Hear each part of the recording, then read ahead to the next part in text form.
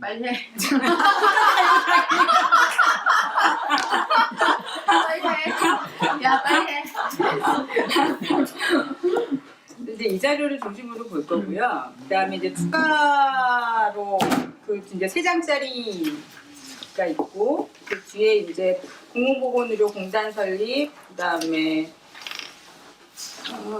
중소병원 의료 서비스 7, 커뮤니티 케어 이거는 이제 그 최근에 이 건과 관련해서 그 세미나가 국회 세미나가 있었던 거를 간단하게 그냥 좀 요약을 했습니다. 그리고 이제 이 커뮤니티 케어는 복지부에서 이제 TF를 만들어서 진행을 하고 있는 거고요. 그래서 간단하게 이제 아직 자세한 내용들이 나오진 않았고 기획을 해서 그러니까 추진을 만들어서 만들고 있는 중이고요. 그래서 이 부분에 대한 것들에 대한 얘기도 우리가 이제 향후에는 방향을 이쪽으로 갈 거기 때문에 이 안에서의 이제 양료나 약사 지역약국의 역할을 어떻게 할 건가라고 하는 부분들을 좀 같이 얘기해봤으면 좋겠고요. 그래서 넣었습니다. 그래서 우리가 제가 강의하는 것 중에 그 보건의료 체계에 대한 강의가 있거든요. 근데 그거에서 쭉 기본적인 보건의료 체계들을 설명하고 이제 우리나라 그것에 맞춰서 이제 우리나라 보건의료의 특징이 뭐냐 이런 거를 이제 마지막에 있는데 이게 그 제가 그 대학원 다닐 때 있었던 그 문제점이 제가 매년 이걸 반복하면서 봐도 달라지지 않아서 맨날 똑같이 넣거든요.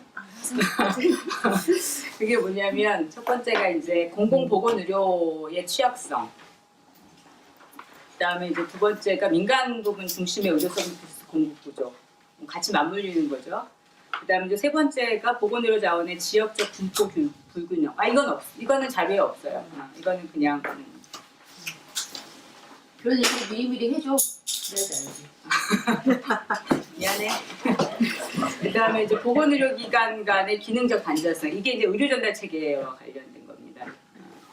그다음에 이제 양한방의 의료 공급 체계 이중화하고, 그다음에 이제 보건 행정 체계의 의원 구조. 우리나라에서 이제 그 복지부 관할과 보건소는 지금 행정 체계잖아요. 그다음에 병의원은 복지부고, 그다음에 대학병원은 교육부고. 너무 핫되면서요. 지금 이제 법이 발의가 된 거고 아직 최종적으로 확정은 안 발의는 됐어요 법이. 그래서 이렇게 그러니까 공공보건의 취약성, 민간의료 부분에 있어서의 대부분 차지하는 공급구조, 그다음에 불균형 분포, 그다음에 의료 전달 체계 확립, 그다음에 이제 보건의료 행정 체계의 이중적 구조. 뭐 이게 이제 우리나라가 갖는 문제점들의 특징이고요. 지금 현재 진행되고 있는 부분들은 여기에서 이제 공공보건의료의 취약성을 해결하기 위한 공공보건의 강화. 그다음에 이제 민간 부분 중심의 의료 서비스 공급 구조도 이제 같이 맞물리긴 하는데, 그래서 민간 병원들을 여기 중소병원의 질 관리 이런 것들을 통해서 이제 이쪽으로 관리하려고 하는 거고. 그다음에 이제 보건의료 자원의 지역적 분포 불균형 문제는 이제 그러니까 공공의료 공단을 세우면 포괄적 관리를 통해서 재배치 뭐 이런 것들이 가능할 거다 뭐 이렇게 얘기하고 있고요. 그다음에 이제 보건의료 기관 간의 기능적 단절성은 보건의료 전달 체계가 되지 않은 건데 지금 강화하고 있는 것 중에 하나가 이제 그런 거죠. 그러니까 그 각각의 의료기관의 규모나 서비스의 수준에 따라서 자기한테 적절한 서비스를 하면 인센티브를 주고, 적절하지 않은 서비스를 하면 디스인센티브를 주고, 이렇게 해서 기능적으로 역할 분담을 시키겠다라고 하는 게 이 내용이 들어가 있어서 이 부분이 이제 포함이 되는 거고요. 그다음에 이제 양한방은 아직이고 보건의료 행정체계의 이중적 구조는 지금 이제 개선해 나가는 거고. 그래서 이제 이렇게 우리 아주 오래 전부터 문제라고 짚었던 것들이 지금 시기에 이제 대부분이 건드려지고 있는 겁니다. 그래서 이제 요 특징을 보고 염두에 두고 이제 보시면 좀 편할 것 같아요.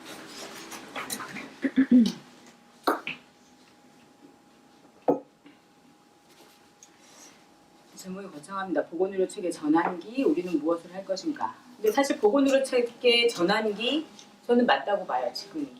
어쨌든 간에 수십 년 동안 우리가 문제점으로 잡았던 아까 얘기했던 이런 것들이 전혀 해결할 기미가 보이진 않았는데 지금은 이제 그것들이 조금씩 결과가 어떻게 될지 모르겠지만 구체적으로 가시적으로 이제 뭔가 변화를 위한 노력들이 나타나고 있다라고 하는 점에서 보건의료 체계의 전환기라고 하는 것들이 일정도 맞다. 라고 봅니다. 아니 언니는 항상 앞에 앉아.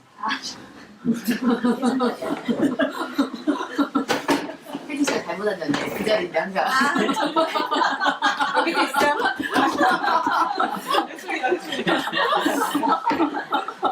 뭘 또 찍어? 왜 우리밖에 없어? 빨리 앉으세요. 30분 만에 끝내야 돼. 그 우리는 어느 법이가 우리는 우리 친한 사람밖에 없어 그 얘기지 언니. 우리는 대체 뭔 법이야? 당신 빼고 학생이 왔어야 했나 이런 생각 잠깐 했네. 광고를 괜찮아 우리 모임에서 계속 빼고 근데 그간의 중심이 됐던 보건의료에서 중심이 됐던 의료보험 통합, 의료보험 실시, 그다음에 의료보험 통합, 그다음에 이제 의약분업 도입 이런 부분들의 보건의료 단체들이 적극적인 역할들을 했었고 거기에 건약도 아주 중심적인 역할들을 했었죠. 그런 측면에서 개입하지 않았으면 어땠을까라고 하는 것들을 한번 보면서 그렇게 매 시기 중요한 사안이 있었을 때에 보건의료단체 건약을 포함한 보건의료단체의 역할들이 좀 더 있었다라고 하는 것들을 짚고 넘어가는 거고요. 이런 우리가 봤던 의료보험이나 통합이나 의약분업 도입이나 뭐 이런 것만큼 지금의 시기도 같은 의미로 볼 수 있다라고 하는 겁니다. 그래서 이제 이런 시기에 우리가 그때 했던 것들을 돌아보면 지금 시기에는 그럼 뭘 해야 되느냐, 어떻게 해야 되느냐라고 하는 것들을 고민해 보자라고 하는 거고요. 그다음에 문재인 케어하고 전달 체계 확립 추진 현황을 쭉 보시면 될 것 같고요. 그다음에 이제 지금의 시기를 어떻게 볼 거냐. 그래서 갑작스러운 개혁 과제들이 등장하고 있다. 하는 거죠. 그래서 그 문재인 정부의 이제 보장성 강화, 우리가 문케어라고 하는 것들이 중심은 보장성 강화지만 그 보장성 강화라고 하는 게 단독으로 이루어지지 않는다라고 하는 거고요. 그것들을 하기 위해서는 전반적인 보건의료 환경들이 개선돼야 되고 그런 노력들이 지금 이제 되고 있다라고 하는 겁니다. 그래서 작년에 메르스 있고 그다음에 이제 이대목동 병원 신생아 중환자실 감염 사망 사고, 그다음에 미령 세종병원 화재 사건, 뭐 이런 것들이 이전에는 그냥 하나의 사건 사고로 넘어갔던 것들이 지금은 그것들을 고리들로 활용해서 보건의료 체계의 변화의 근거가 되고 있다라고 하는 거고요. 그다음에 이제 우리가 지역 보건의료 체계를 강화하기 위해서 공공의료 정책관이 처음으로 만들어져서 임명됐고요. 그다음에 보험자 병원 확대 등 공공의료 강화를 위한 노력들이 그래서 병원을 사냐 마냐 뭐 이런 얘기들이 좀 되고 있고요. 그다음에 이제 국립대병원 소관부처 이관 그러니까 이제 법안 발의가 됐죠. 그래서 이제 추진될 가능성이 높고 그와 함께 1차 의료 강화 논의는 국주별 커뮤니티 케어 추진과 함께 지역 보건의료 체계 확립으로 이어질 가능성이 매우 크다. 그리고 이제 다른 때보다도 여론들이 우호적으로 형성이 되고 있다라고 하는 점. 이것도 되게 중요한 부분이죠. 근데 이제 이거가 우호적인 여론이 보건의료 개혁 과제에 대한 지지로 바꿔질 수 있을까? 그러니까 그 설문조사한 내용들을 보면 문케어에 대해서는 70%가 지지.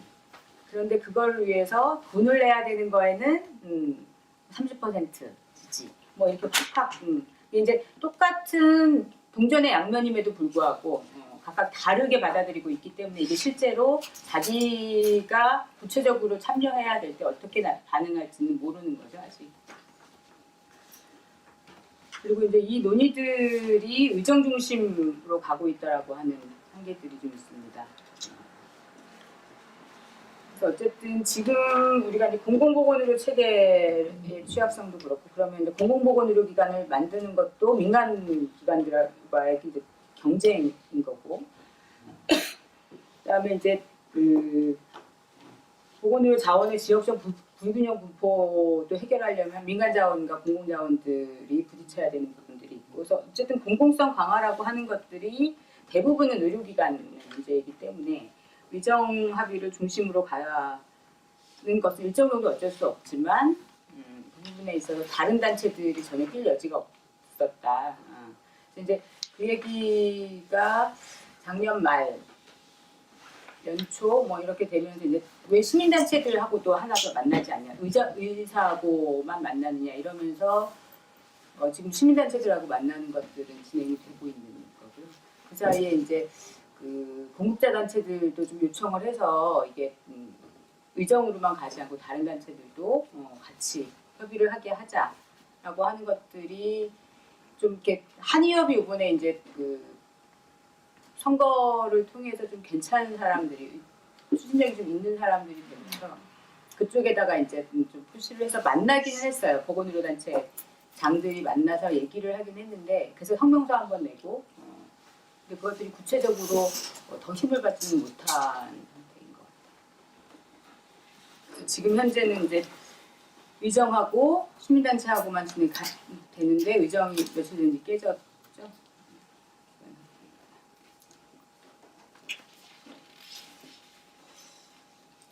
그래서 뭐 예전에도 그랬듯이 지금 이제 이렇게 의정 중심으로 가고 그거 깨지고 뭐 이런 상황들, 이 상황에서 이제 보건의료개혁을 추진하던 단체들이 어떤 선택을 할 거냐, 개입할 거냐, 방관할 거냐, 뭐 이런 것들에 따라서 보건의료 과제들의 추진 방향이 달라질 수 있다. 그리고 이제 성공 여부에도 영향을 분명히 미칠 수 있다. 그런 겁니다. 그래서 현 시기에 각 세력들의 이해관계들을 보면 뭐 여론은 나쁘지 않지만 의정 충돌이 심화되고 장기화될 경우에 악화되자는 정부도 존재하고, 그다음에 정부 같은 경우에 일단 추진을 할 거다. 그다음에 이제 야당은 뭐 자유한국당은 반대 강화할 거고, 그런 데는 유동적이고, 그다음에 이제 의료계가 선거가 잘 될 것도 같았는데 잘 안 돼서 아주 큰 변수가 될 것 같습니다. 근데 그렇다고 해서 완전히 스톱될 것 같지는 않고요. 뭔가 좀 가지 않겠냐. 근데 그것들을 하려면 의사들을 움직이게 하려면 주변에서 몰아주는 것들이 좀 더더욱 더 필요한 시기가 되는 것 같습니다. 그다음에 이제 한의계약계 치과 이런 쪽은 의정 논의에 참여해서 각자 이슈를 포함할 것들을 요구하는데 지금 한의계가 제일 적극적으로 얘기를 하고 있고요. 그러면서 한약 문제나 분업 문제 뭐 이런 것들이 좀 부상되는 것 같습니다. 구체적으로 이제 문재인 케어는 뭐냐, 어떻게 우리가 이것들을 이해할 거냐. 문재인 케어는 보건의료 운동과 시민사회 운동이 추진했던 80년대 보장성 강화 운동, 2000년대 무상의료 운동이 가진 문제의식과 목표를 갖고 있다. 달라진 것은 실행력을 가진 정부가 주도하고 있다는 것, 그다음에 의정 중심이기에 공급자 이익이 과도하게 강조될 의도가 있다라고 하는 것을 정리할 수 있고, 그래서 문재인 케어가 가진 의미는 의료 서비스 왜곡의 원인을 차단하자. 그래서 개별 의료 서비스 간의 수가의 비형평성과 폭넓은 비급여 라고 하는 게 수익이 높은 의료 서비스를 제공하게 만드는 원인이었다라고 판단을 하고, 그래서 이제 비급여를 급여를 바꾸고 그래서 관리할 수 있는 틀 내에 가져와서 그냥 이렇게 조정을 하자. 그래서 의료 서비스를 왜곡하는 경제적 이윤 동기를 최소화할 기반을 마련하자라고 하는 의미가 하나 있는 거고요. 또 하나 이제 건강보험 하나로 단순화 투명화. 그래서 가입자하고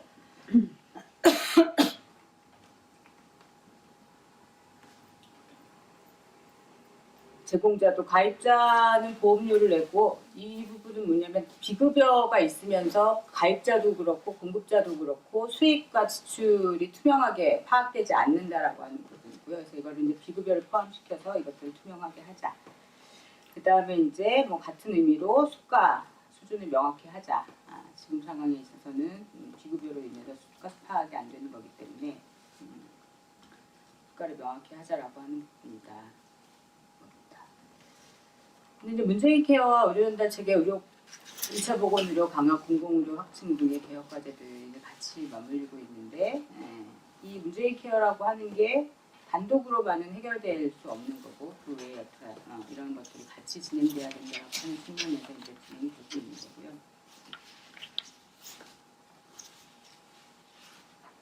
적정 수가와 의료전달 체계 1차 의료 강화, 의료 질 관리 라고 하는 것들이 함께 논의돼야 된다.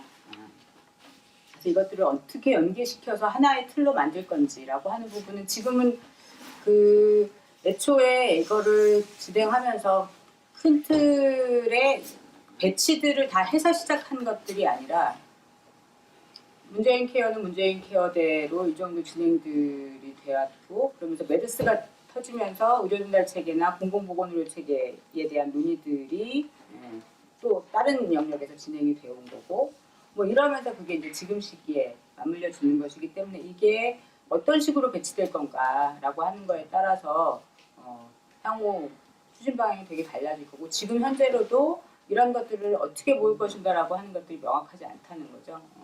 그래서 이제 그런 부분에 대해서 우리들이 고민들을 좀 하고 방향들을 좀 내와야 되지 않느냐라고 하는 목적입니다. 그 다음에 이제 공공의료 강화라고 하는 것 마찬가지죠. 공공의료 확대되고 국립대 병원 이관하고 지역의료원 역할 강화하고 공공의료 인력을 육성하는 것, 뭐 이렇게 다양한 것들이 지금 진행이 되고 있는 거고요.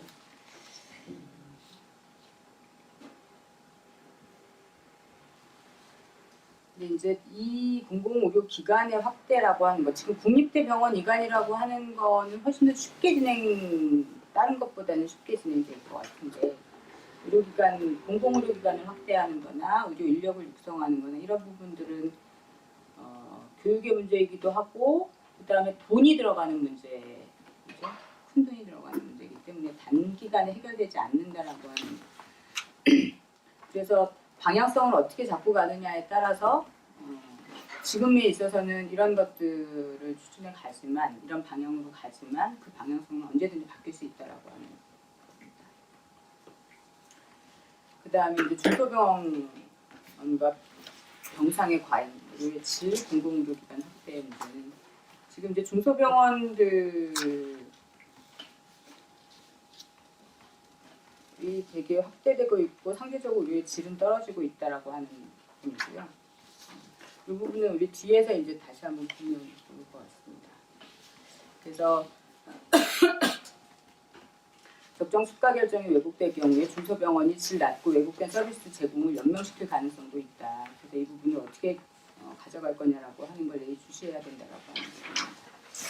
그런데 이거와 관련해서 지금 이번 개혁과제들과 관련해서 뒷페이지를 보시면 공공보건의료공단 설립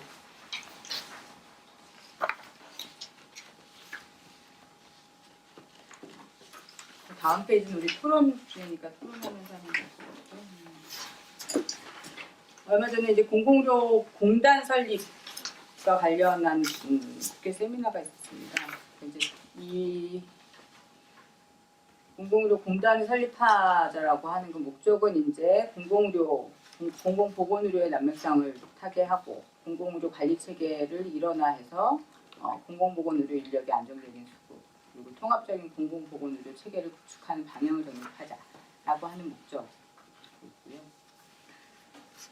기본적으로 이제 공공보건 의료의 역할이라고 하는 거는 국가 재난이나 재해, 그다음에 감염병 등과 같은 응급 상황에 효과적으로 대처할 사회 안전망의 역할들을 해야 되는 것. 또 하나는 취약계층의 미충족 의료 발생을 방지할 수 있는 의료 안전망. 그다음에 이제 세 번째로 적정 진료와 표준 진료 모델을 제시하고 과잉 과소 진료를 차단하는 역할. 이렇게 세 가지를 이제 기본적으로 공공보건의료의 역할로 볼 수 있습니다. 그런데 이제 최근에 노인 인구가 엄청나게 증가하면서 이제 치료가 아닌 건강 증진이라고 하는 것들이 이제 중요하게 오는 거죠. 그래서 질병을 치료하기 이전에 예방하는 것, 그리고 단순히 신체적인 것뿐만이 아니라 환경들을 포함한 환경과 정책 뭐 이런 것들을 포함한 건강 증진이라고 하는 서비스를 강화해야 된다라고 하는 걸로 보건의료 건강과 관련된 그러니까 보건의료라고 하는 것에서 보건의료 제도라고 하는 거에서 보건의료 서비스 제공 체계에서 건강을 어떻게 보장할 건가라고 하는 체계로 패러다임이 옮겨가고 있는 거고요. 근데 옛날에는 이 건강이라고 하는 게 건강과 불건강으로 나눠져 있었어요. 그래서 그게 이제 우리가 그 전염병 시대에서는 그게 맞는 거죠. 전염병 시대에서는 병균이 있으면 아픈 거잖아요. 불건강이고 병균을 약을 먹어서 퇴치하면 건강으로 가는 거죠. 그래서 단계적인 모형이에요.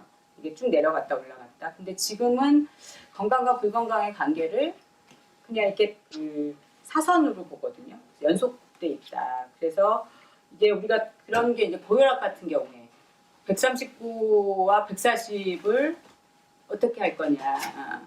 그래서 그거를 딱 그 한 점 차이로 질병이냐 아니냐라고 구분할 수 없다는 거죠. 그러니까 만성질환이 대부분이 이제 그런 성격인 거예요. 그렇기 때문에 옛날에 전염병 시대와 지금 만성질환 시대로 옮겨오면서 질병과 건강이라고 하는 것도 패러다임이 달라지는 거죠. 그래서 이제 어느 시기에건 치료를 위한 것들도 필요하지만 치료 이전에 건강 증진을 해주면 이게 올라가게 되니까 치료를 해야 되는 질병으로 가는 것들을 늦출 수 있다라고 하는 거예요. 그래서 전반적으로 질병 예방과 건강 증진이라고 하는 게 이제 중심 과제로 올라오는 거고요. 그래서 이제 건강 연속성 모델이라고 하는 게 이제 그런 의미입니다. 그래서 치료받을 권리를 넘어서 건강권이라고 하는 것. 그리고 이번에 이제 헌법에도 건강권이라고 하는 것들이 명시되는 걸로 드러나고 있고요. 그다음에 이제 또 하나가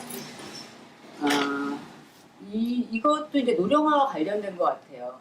그래서 이제 일본 같은 경우가 보면 이제 요즘에 그 재택양료, 재택의료로 뜨고 있는데. 일본이 그거를 추진하는 거는 노인이 너무 많아서 시설에 그동안은 다 넣었었는데 이제 시설이 너무 포화돼서 시설에서 해결할 수 없는 거예요. 그래서 이거를 어떻게 해결할 거냐. 그걸 다 집에다 두고 있는 거거든요. 그러니까 집으로 보내는 거예요. 일본은 84년부터 의사들을 가정으로 보내는 재택 의료를 시작했고 근데 이제 그거에 대해서 재택 의료를 하면 약도 따라서 해줘야 되는데 약들이 그동안은 충분히 잘 따라주지 않은 거예요. 그래서 이제 계속해서 재택양료를 좀 해라. 요구하고 수가도 계속 올려주고 그러면서 이제 최근에 재택양료를 일본 약사들이 좀 하는 추세인 거고요. 근데 이 중심이 일본에도 이제 체인들이 들어와 있는데 체인을 중심으로 해서 재택의료가 가는 거예요. 그래서 일본의 뭐 여러 관점을 가진 사람들이 있겠지만 제가 만난 교수는 그래서 일본의 약사는 죽었다 이제. 그러니까 그런 지역 약국들이 그런 것들을 적극적으로 따라가지 않으니까 체인이 그런 것들을 하고 그래서 이제 체인 중심으로 바뀔 거다. 그래서 일본에 있어서 이제 지역 약국 조직은 거의 망해가고 있는 거고 그런 측면에서 그 사람은 저한테 그런 얘기를 하더라고요. 한국은 아직까지도 지역 약국이 잘 건재하고 있으니까 되게 다행스러운 거다. 이것들을 자기네 모형을 따라오지 말고 잘 갖춰서 모형들을 다 유지하는 게 좋겠다. 이런 얘기들을 했습니다. 그래서 이제 그런 식으로 어쨌든 그 우리나라에서도 이 지역 기반 얘기가 이제 그래서 나오고 있는 거고 커뮤니티 케어가 그래서 나오고 있는 겁니다.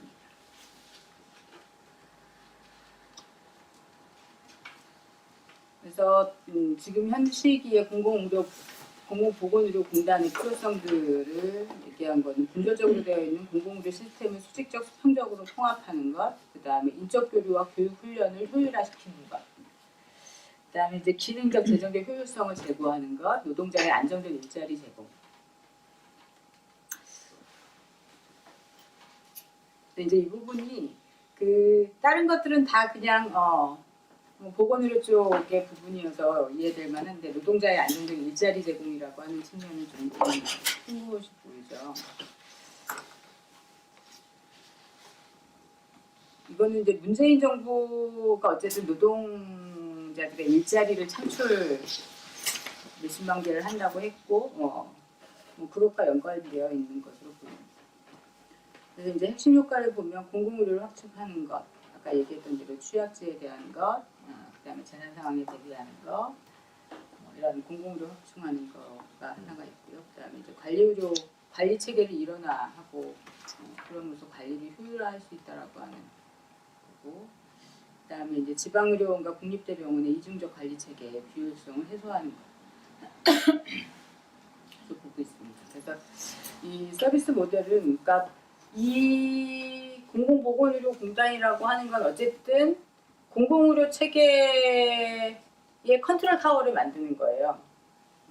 그래서 그 공공보건의료 기관을 만드는 것도 여기서 하고 그 공공의료 기관 간의 연계, 역할 분담, 연계 뭐 이런 것도 여기서 이제 총괄적으로 하자는 거고 그리고 이제 그 공공의료 기관에서 종사해야 되는 인력들의 교육도 여기서 이제 담당을 일정도 하겠다라고 하는 겁니다. 그래서 모델이 이제 세 가지 얘기가 나오는데 이거는 이제 뭐 국립대학병원은 어쨌든 이제 보건집으로 옮겨오면 이거가 총괄해서 한 번에 그냥 다 하나로 묶는 거고요. 두 번째, 세 번째는 그러니까 중앙하고 지방 공공 조직을 통합하고 그다음에 이제 그 상급 종합병원들하고 MOU를 맺는 형태가 되는 거고요. 그다음에 세 번째도 그런 중간 정도의 그래서 이제 개별 병원들하고 공공보건의료기관들하고 MOU를 맺어서 진행을 하는 것을 보고 있습니다. 그래서 공공보건의료공단의 업무와 역할을 밑에 표로 보시면 어쨌든 중소병원들을 적극적으로 사들이는 것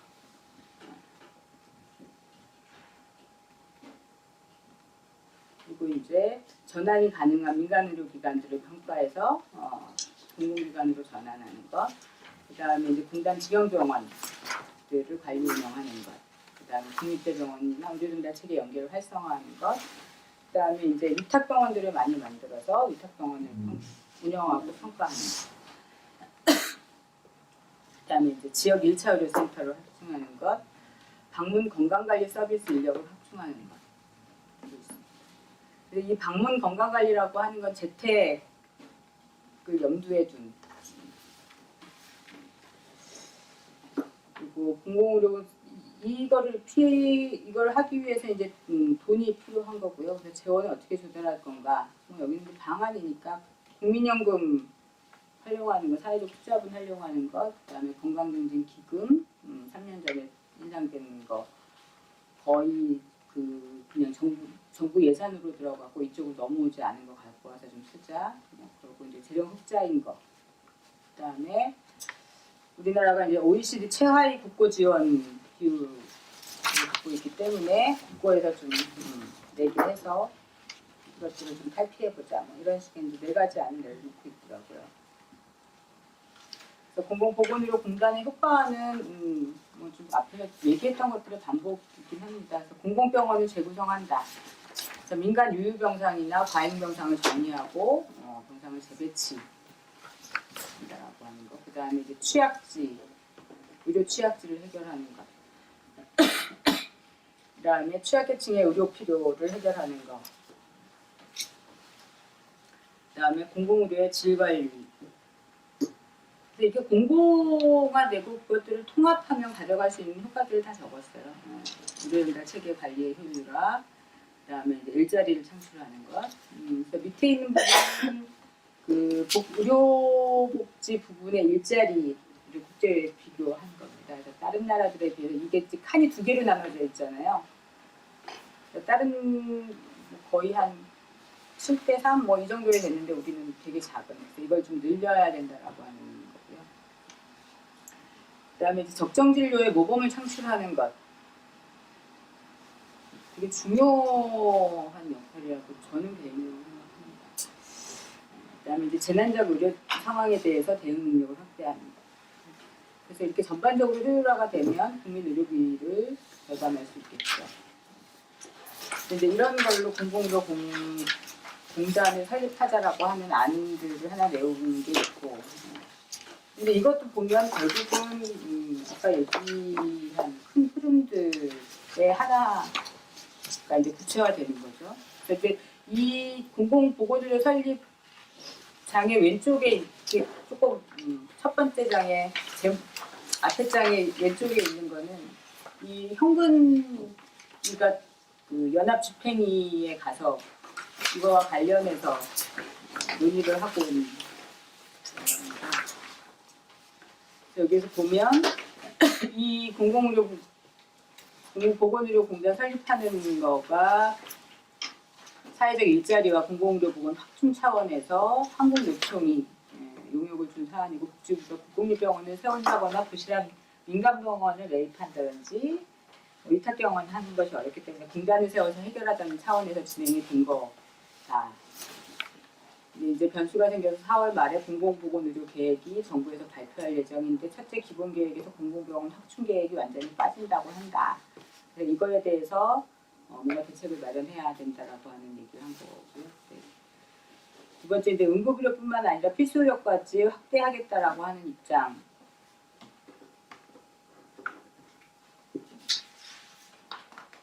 그랬을 때 이제 필수의료 범위를 어디까지 할 거냐라고 하는 논의를 해야 된다는 거와, 공공의료를 공익의료법인 형태의 민간병원을 통해서도 한다고 하는데, 그러면 이게 민간병원을 그냥 덮어주기 아니냐, 이런 부분들을 잘 예의주시해야 된다라고 하는 게 집행위에서 논의됐던 내용인 것 같습니다.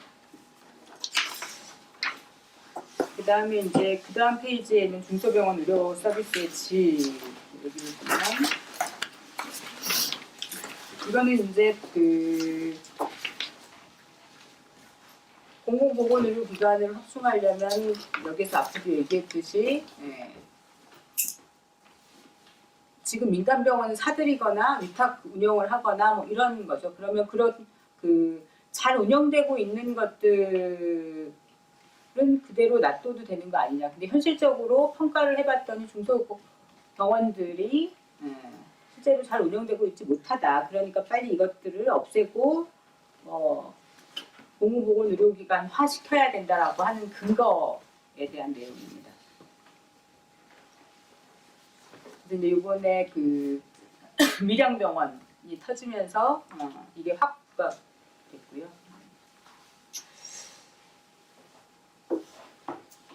그래서 병상 규모가 작은 중소병원들이 우리나라에 엄청 많다. 근데 이제 그 중소병원들은 인력도 부족해서 인력도 충분히 갖고 있지 못한 들이 많다. 그래서 중소병원들 지방에 보면 약사들은 거의 없거나 한 명 있거나 이런 거죠. 그래서 OECD 국가의 급성기 병상수를 보면 보통 인구 1000명당 3개 병상 내외인데, 독일과 일본 같은 경우는 7개, 6개 이 정도 되더라고요. 그런데 모든 나라, OECD의 모든 나라가 급성기 병상이 감소하는 추세에 있습니다. 그런데 한국만이 6.4개를 일본 다음이고 유일하게 증가 추세에 있어요. 그래서 밑에 보면 이제 의료기관 종별 증가율인데 2000년도를 기준으로 해서 상급 종합병원은 겪이지 않았고 종합병원은 17% 늘었는데 병원은 412%가 늘었고요. 의원은 146%가 늘었어요.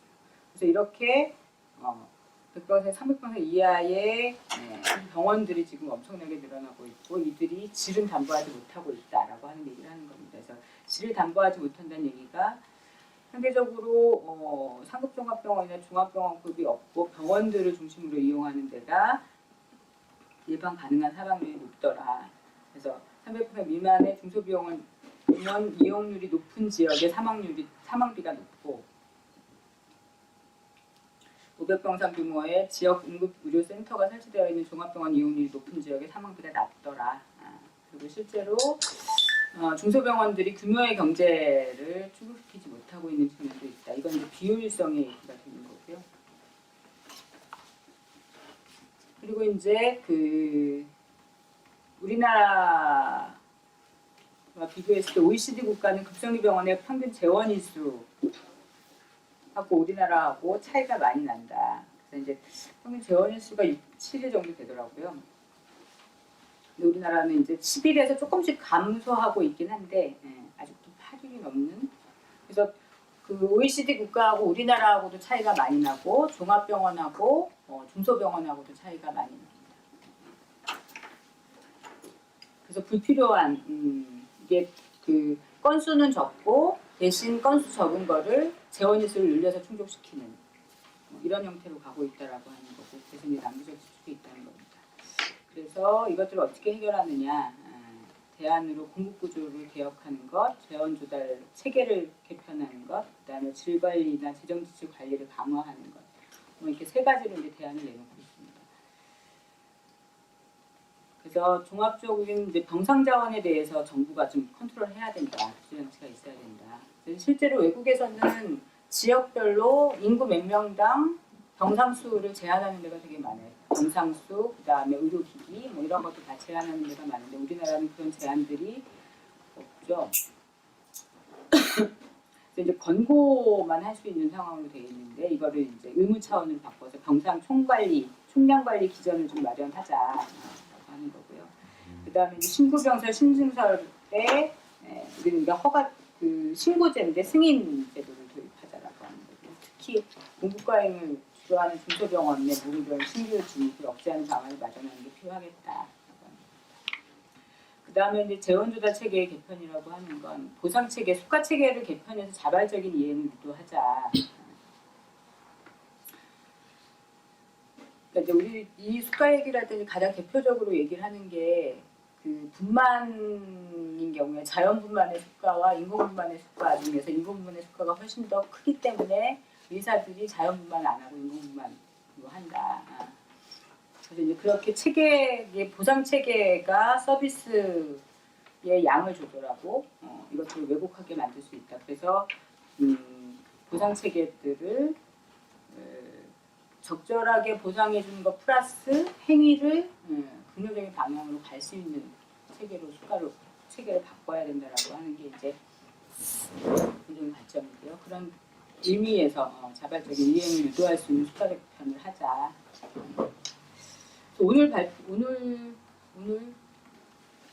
어제 됐죠. 전체적인 수가 인상과 함께 기존 행위별 수가 제도를 DRG 포괄 수가제로 바꾸자라고 하는 게 이제 지금 문재인 케어에서 발표한 수가 체계고요.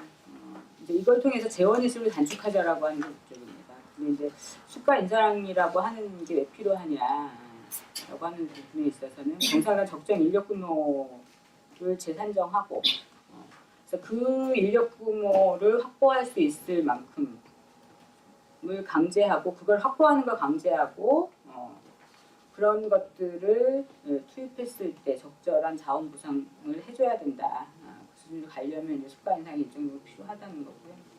장기적으로 이제 종합병원과 전문병원으로 구조 조정을 하는 거를 목표로 두고 있습니다.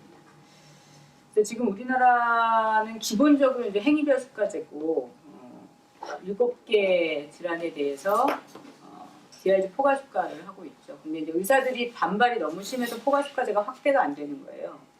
그래서 포괄수가제에다가 플러스 행위별 수가제를 좀 가미를 시켰어요. 그게 신포괄수가제입니다. 근데 이제 이게 신포괄수가제도에서 행위별 수가제가 너무나 세분화되어 있기 때문에 이후에 이것들을 다시 좀 포괄을 묶어야 된다라고 하는 거고요. 그 방향으로 이제 가겠다라고 하는 거고. 그래서 여기서도 이제 이런 포괄수가제, 신포괄수가제를 좀 보완하는 거와 함께 전달 체계에 기여할 수 있는 측면으로 급성기 병원의 역할 적절성에 따른 인센티브와 디스인센티브를 주는 것을 같이 준하고 있고요. 그 다음에 이제 이렇게 공급 구조를 개혁하기 위해서 기금들이 필요한데 뭐 연금이나 암급기금, 건강기금들을 활용할 수 있겠다. 그 다음에 이제 세 번째가 질관리 및 재정지출 관리를 강화하겠다라고 하는 건데 최근에 이제 그 세종병원, 밀양 병원, 사무장병원에 대해서 되게 많이 알고 있죠. 사무장병원, 과잉진료 등의 의료의 공공성을 추락시키고 세금과 보험료를 낭비하고 의료에 대한 국민의 불신을 증폭시키는 행위들에 대해서 정부가 좀 강력하게 규제 정책을 펼 수 있게 하자. 그리고 또 하나는 이런 질을 수가에 연동시키는 체계를 좀 강제하자라고 하는 게 이제 단축입니다.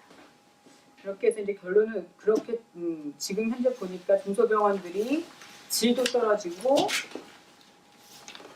그다음에 이제 규모의 경제도 이루지 못하고 그러니까 이런 것들을 공공병원으로 전환시키자. 그래서 공공병원을 확충하는 방안으로 이것들을 활용하자라고 하는 측면이고요.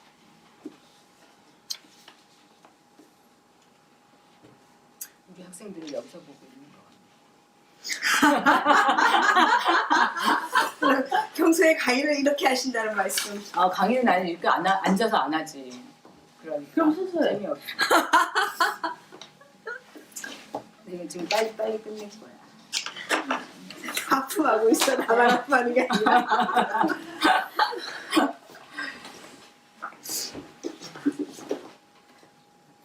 그다음에 이제 커뮤니티 케어가 이제 요즘에 하고 있습니다. 어느 사회에서 커뮤니티 케어가 하기 쉬워요?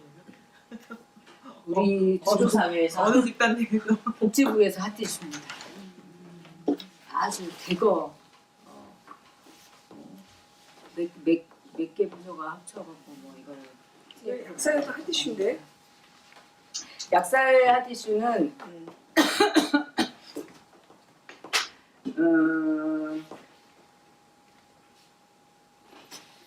양료 때문에 그렇죠. 방문 양료 때문에 그렇죠. 네, 방문 양료 하나 때문에 이제 그런 거고요.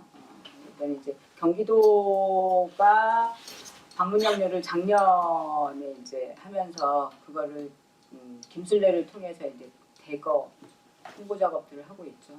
그러면서 이제 핫이슈가 된 거고요. 아까 얘기했듯이 커뮤니티 케어는 어쨌든 인구가 고령화되고 이 고령화된 인구들을 어떻게 관리할 거냐라고 하는 거에서 나오는 거예요. 그래서 그 돌봄 서비스가 현황을 보면 지금 현재 현황을 보면 이제 고령화에 따라서 치료가 아니라 케어의 수요가 증가하고 있다라고 하는 거고요. 케어와 돌봄을 같은 의미로 쓰는 거고. 그리고 이제 지역에서 제공되는 것들은 시설 편중의 복지 서비스가 중점을 이루고 있다. 그리고 이제 이 의료적 필요가 낮은 사회적 입원이 증가하는 것. 의료급여 환자들이 입원을 되게 자주 하거든요. 혼자 있는 사람, 이런 사람들이. 그래서 이제 이런 것들이 사회보장제도의 지속성을 불안하게 하고 있는 거고. 그래서 이제 개선안을 마련해야 된다. 그래서 지역 커뮤니티 케어의 개념은 돌봄 서비스고 병원이나 시설 대신 자기 집이나 그룹홈 지역 사회에 거주하게 하자라는 거예요. 그래서 이제 범위를 보건, 복지, 주거 등 사회 서비스 정책 전반을 포괄하는 거고, 이건 되게 이제 장기적인 과제입니다. 근데 이제 어쨌든 단기적으로 5년 내에 할 수 있는 거로 탈시설, 재가 서비스를 좀 강화한다.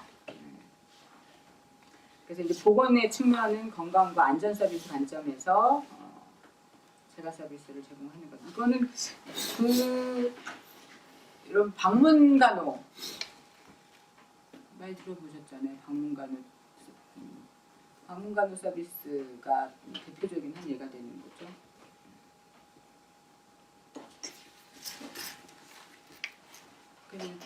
과제를 보면 탈시설을 지원하는 거예요. 그래서 사회복지를 촉진하고 지역사회 정착을 지원하고, 그래서 동네 의원 중심의 건강관리 체계를 구축하는 것, 뭐 이제 예로 나온 것도 이런 겁니다. 그다음에 중증 소아 재택의료 시범 사업을 추진하는 것, 그다음에 노인 장기 요양, 용양이 아니라 요양 통합체가 급여하는 것,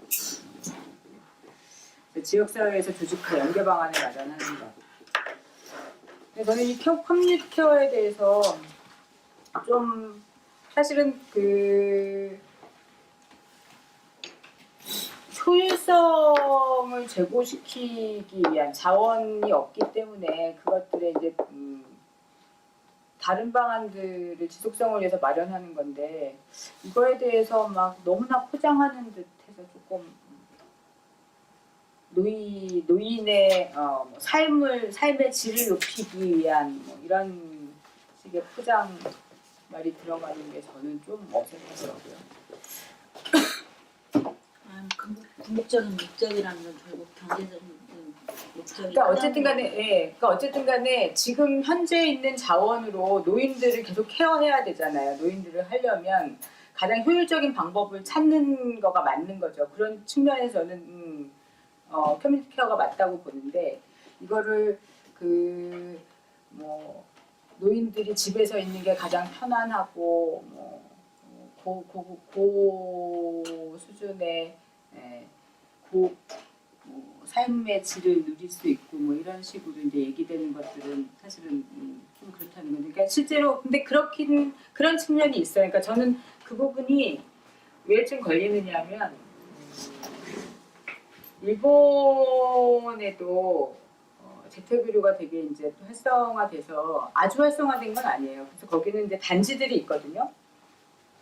그래서 아파트 전체가 그냥 거동을 못하는 환자들이 사는 데가 그렇게 아파트 단지들이 있어요. 우울해. 그러면 이제 의사가 쭉 왕진을 지금처럼 저기 요양병원 아우슈비츠처럼 해놨잖아 지금. 너 봤냐? 요양병 가봤어? 그러니까 요양병원은 아니, 한 동이잖아. 근데 저기는 동네가 그렇다는. 아파트가. 나는 괜찮을 것 같은데 왜 노인 커뮤니티가 있으니까. 그래서 이제 쫙 몰려 있으니까 의사가 쫙 왕진을 해서 쫙 돌면서 이제 처방전을 내면 그 처방전을 받아서 약국에서 약을 지어서 이제 또 쫙 가고, 그다음에 이제 그 외에 서비스들을 이제 복지 서비스를 하는 사람들이 또 쭉 하고 이러는 거예요. 근데 노인이 혼자서 자기 집에 살 수 있나요? 돌봄 서비스를 하는 누군가 같이 있는 거 아니에요? 가족이 됐거든요. 혼자 사는데 그런 서비스를 그러니까 다 해주는 거예요. 그래서 의사도 오고 약사도 가고, 하루에 한 2끼 정도 밥을 먹어야 되잖아요. 그거 밥을 주는 사람도 오고, 빨래 해주는 사람도 오고, 그렇죠. 그냥 될것 같은데. 그러니까 실질적으로 보통 어떤 사람 화장실 오고 싶으면 어떻게? 기저귀처럼? 아니 그 이제 병원이 그런 것도 그 정도는 병원에 가는데 보통 노인 환자분들이 관절염이라든지 그다음에 이제 뭐 약간의 거동 이상이지 뭐 우리가 따지면은 뭐 아니야. 우리 쉬는 사람 지금도 보면은 요양 등급을 받잖아요. 등급에 따라서 뭐 하루에 뭐 4시간이나 이렇게 요양 보호사가 가잖아요. 그거랑 뭐가 다르지? 이거랑? 요양 보고 그 차원에서 가능하지. 맞는 거지. 요양 보호사가 그렇게 4시간씩 가고, 그쵸. 의사가 가고, 우리는 안 가는 거잖아. 그러니까 여기에 의사도 가고, 약사도 가고, 간호사도 가고, 요양 보호사도 가고 다 가는 거야. 아니 난 내 생각에는 그런 거가 비슷한 것 같아. 그러니까 요양병원인데 요양병원은 그냥 침대만 있잖아. 침대고 화장실만 있어. 침대고 화장실만 있고 그냥 빨리빨리 죽으라고 이렇게 기도하는 사람들밖에 없는 곳이잖아. 근데 또 걷다 눕혀놓은 것보다는 아니 얼마나 열심히 운동들 하시는데 살려고. 근데 이제 나는 느낌이 그러니까 만약에 선배가 말한 것처럼 노인들의 삶의 질을 높이기 위한 한국에서 노인들의 삶의 질을 높이기 위한 이런 커뮤니티 케어라고 하면 오히려 저는 수긍이 가능해요. 그런데 사람들이 병원에 그러니까 뭐 중소병원이든 어디든지 간에 쓸데없이 이렇게 사실 사회적으로 좀 돌봄을 받아야 돼 거기에 가서 케어를 받는 이런 걸 줄이기 위한 목적이라면 거기 병원이 24시간 케어를 해주잖아. 그래서 사람들이 가는 거잖아요. 근데 집에 오는 거는 사실 그렇게 한정적으로 4시간. 근데 사실 내가 그러니까 설령 가족이 있으면 가족한테 받지. 차라리 가족한테 돈을 주지. 요양보건소가 오는 거 불편해서 싫어. 대부분 그렇거든요. 혼자 사는 분들은 아유 이렇게 몸이 아픈데 4시간만 와서 도와줘서 내가 무슨 소용이 있어. 이렇게 얘기를 한다고. 그러니까 그것에 사실 그러니까 약간 삶의 질을 높이는 거 말고 사실 여기에서 원하는 그런 식의 효과를 내기가 쉽겠냐. 라는 의문은 들어요. 들으면서. 그리고 실제로 이게 일본에서도 그런 식으로 그런 아파트에 사는 사람들은 다 되게 부자야. 그래서 이거를 이미 개인 간병인이 다 있고, 그렇지. 플러스로 실제로 같은 거지. 아니 근데 옛날에 저기 이거를 잘못 KBS 쓰신다면 그러니까 그게 아파트라고 하니까 우리 한국식 아파트를 생각하는데 그 내가 KBS에서 옛날에 그 세계는 지금 거기서 봤거든요. 거기서 보니까 어떤 식이냐면 이제 조그마한 이게 단독주택 우리나라 따지면 연립주택이야. 그게 아파트죠. 연립주택 정도 되는데 그래서 그 1층에다가 이렇게 그 뉴스는 뭐냐면 1층에다가 애들이 살 수 있는 저기 그 뭐냐 장난감 가게는 사탕 가게 같은 데서 애들이 와서 거기서 사탕 가게 사고 애들 와서 책도 보고 엄마들이 이렇게 어디 참가할 때 노블 카운티예요. 삼성 노블 카운티. 그러니까 애들 그러니까 그 지역에 또 엄마들이 거의 애들이 가서 놀잖아요. 그러면 엄마들이 내가 어디 잠깐 갈 때 할머니한테 그쪽 아파트에 있는 할머니한테 많이 주면 할머니들이 애들 보는 거 좋아하니까 그래서 그 자체에 노인들이 살아요. 그 아파트 그 전체 아파트 노인들이 사는 거야. 근데 1층만 이렇게 지역 주민이나 애들하고 이렇게 같이 이렇게 커뮤니티 공간을 만들어서 운영하더라고요. 그러니까 아파트가 우리가 생각할 때는 막 정말 우리나라 것처럼 이렇게 몇십짜리 아파트 생각하니까 그림이 안 그려지는데, 그러니까 일반적인 단독주택 까고 근데 그러니까 그것을 시작한 이유가 일본이 빈집들이 굉장히 많이 생긴 바람에 그 빈집들을 국가가 다 인수하고 그 인수한 집을 우리 좀 보면 간혹 보면 주택가 보면 그 노인정이 있어요. 그 일반 연립주택, 그다음에 단독주택이 노인정이라고 붙이는 게 종종 있거든요. 그래서 다 서울시나 국가가 산 거잖아요. 그 집을 그걸 갖다가 그 커뮤니티 공간으로 주는 거죠. 갈 곳 없는 노인분들. 그러니까 이게 그 사람에 따라서 그러니까 그 신체적인 활동 여부에 따라서 이게 달라지는 거지. 그래서 이제 여기 일본에도 대상 타겟팅이 어느 정도의 신체 활동 수준을 가지는 그러니까 이제 그런 것들이 아주 구체화되지 않기 때문에 이게 장기요양 보험이랑 뭐가 다른지 모르겠는 게 장기요양이 처음 시작했을 때 딱 이 현황이었어요. 딱 이 현황 때문에 장기요양이 보험이 시작이 되는데 또 이 현황 때문에 커뮤니티를 한다는 거는 장기요양이 실패했다는 거잖아요. 장기요양은 비용을 어떻게 될 거냐라고 하는 측면인 거고. 근데 이거 어쨌든 이거는 케어에 대한 수요가 서비스를 증가하고 어떻게 제공할 거냐는 부분이니까 다르지. 그러니까 장기요양 보험을 가지고 그치. 서비스를 이 서비스도 제공하고 저 서비스 지금 그러니까 그러니까 이거는 보호사가 시설 있고 지금 네. 제가가 있는데 거기다가 이거 커뮤니티 케어가 추가된다는 거예요? 제가 그 커뮤니티 케어인 거죠. 그러니까 지금은 장기요양 보험을 만들었어. 그러니까 노인 환자가 많아지니까 그 비용을 댈 방법을 마련하기 위해서 건강보험 외에 장기요양보험 추가로 만들었는데, 장기요양보험을 만들고 나보니까 장기요양 병원하고 이런 그 요양시설이 엄청나게 많이 늘어서 시설이 늘어나고 있는 거야. 그래서 근데 이 시설로 다 가기는 너무 어렵다. 장기적으로 지속성이 어렵다. 그러니까 지금 이 돈으로 시설로 중심으로 확된 걸 다시 재가로 옮겨오는 그거를 요양보호사 하잖아. 비용은 장기 요양보험에서 나가는 거 아닌가요? 다른 데서 나가는 건가요? 장기 요양보호사. 나가는 거죠. 그거랑 이거랑 뭐가 다른 것인가요? 그러니까 장기 요양 보호사 같은 것들을 확대하자는 거지. 지금 시설을 요양보호사 같은 경우에는 좀 이름을 달리하고 내용을 좀 확실해 보겠다. 내가 만약에 우리 뭐 부모님이 아프시고 옵션 하나 더 늘리겠다. 의료 서비스 옵션을 하나 더 늘리겠다는 정도야. 뭐 이게 전체적으로 방향을 틀겠다는 거라기보다는 옵션을 하나 더 늘리겠다 이런 거 아닌가? 그러니까 여기에다가 지금 이제 요양보호사지만 의사야. 그거는 치료도 받고 그치. 그러니까 질을 조금 더 높이겠다. 이름을 의사 어떤 방문 하겠다. 양료 방문 의료 서비스를 더하게 하겠다라는 거잖아요. 근데 병원 어쨌거나 내가 가든 뭐 대리인이 가든 해야 되는 건데 그거 하는 거잖아요. 그리고 중소병원이 이렇게 늘어났다는데 늘어난 이유를 정부 쪽에서는 뭐라고 판단하고 있나요? 연구한 게 이게 있나요? 되게 많이 늘어난 게 장기요양보험에서 그렇잖아요. 내 생각은 거야. 그게 많이 늘어난 거야. 근데 그리고 내 생각은 그건데 여기서 우리가 말하는 우리 주변에 보면 여기 이 중소병원 거의 없어. 병원이 많아가지고. 장기 그 요양병원을 포함한 병원의 숫자예요? 그러니까 이거는 포함해요. 그러면 이거는 억울한 게 아니잖아. 그냥 만성 그 요양병원이니까 여기서는 수급자들이 장기 요양 보험 수급자이기도 하고 건강보험 수급자. 장기 요양 보험은 건강보험에서 되나? 아니잖아. 개혁이 따로 있는데 병원은 노인 전문 병원은 건강보험 대상이지 그 장기 요양보험이 지급되지가 않아요. 그건 다른 거예요. 아니 노인 전문 병원 아무튼 말고 그냥 그 요양병원이라고. 요양병원은 병원이라고 되면 다 국민건강보험의 적용 대상이고 병원이면 요양원만 장기 요양보험에서 가는 거기 때문에 여기에 포함된 거는 건강보험인 거지. 그러니까 아니 근데 이제 그걸 아니, 전문으로 그러니까 하면 이게 여기가 인구가 증가하면서 그러니까 그 요양 병원이 포함된 건 맞는 거지. 그러니까 이 병원이라고 하는 거가 우리가 흔히 말하는 요양병원을 포함하고 있는 거잖아요. 네. 근데 여기는 건강보험 재원으로 운영하고 그런 있다는데 거잖아. 문제가 있다는 거잖아.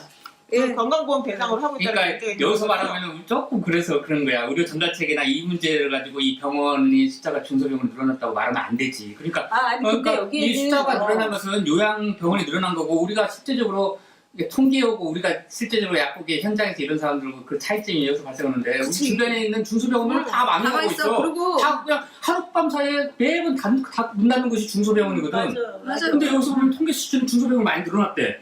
그러니까 이 아니 병원은 근데 중소병원이 턴오버가 되게 심해서 그래. 그러니까 실제로 그리고 실제로 보면 병원 그 건강보험 통계 수치를 보면 이거는 이제 그 개수고 병상수 실제로 진료 비용을 사용하는 게 되게 엄청나게 많이 늘어나 병원이. 그게 다 노인 전문 병원 하면서 그걸 건강보험으로 가져가기 때문에 그렇다니까. 그런 거 같아. 그게 다 그것만은 어. 아니야. 근데 그 부분이 많아. 분리해서 많아. 우리가 그게 많이 쓰는. 아니 그러니까 웬만큼 번듯한 병원이 처방전 100건을 못 내는 병원들이 정말 많거든. 그러니까 우리도 환자가 없이 다리만 다니는 병원들이 중소병원 3개가 다 노인 요양병원. 위험급 아니면 종합병원급으로 가지. 조그만한 그러니까 뭔가 이게 왜 늘어났냐를 원인과 그 직접적인 내용들을 파악하지 않는 상태에서 뭔가 이렇게 섣불리 아니 안 될 것 같다는 그러니까 예를 들면, 그러니까 이 병원이 늘어난 게 장기요양 병원도 있지만, 예를 들면 힘찬 병원 같은 거 있잖아요. 정형외과 전문, 그러니까 예를 들면 그런 병원들이 힘찬 병원도 엄청 망해요. 요새 그러니까 그런 정형외과 계열들이 많잖아. 많이 망해. 힘찬 병원도 많이 망해. 우리 옛날에 대장항문병원 대장항문병원 다 망했잖아요. 대장항문병원 그냥 치질 수술 전문이 다 시키고 다 망했잖아요. 논의를 좀 논리적으로 하기 위해서 요 병원은 그래 병원 늘어나는 건 그냥 그러면 하고 그거는 아주 작은 부분이니까 넘어가자. 병상수 증가의 폭을 안 줘. 어떻게 사다리계나 생들이 바닥에 나중에 자꾸 사랑하는 지금 자신하지 않은 것은 진짜 폭이라 중소병원의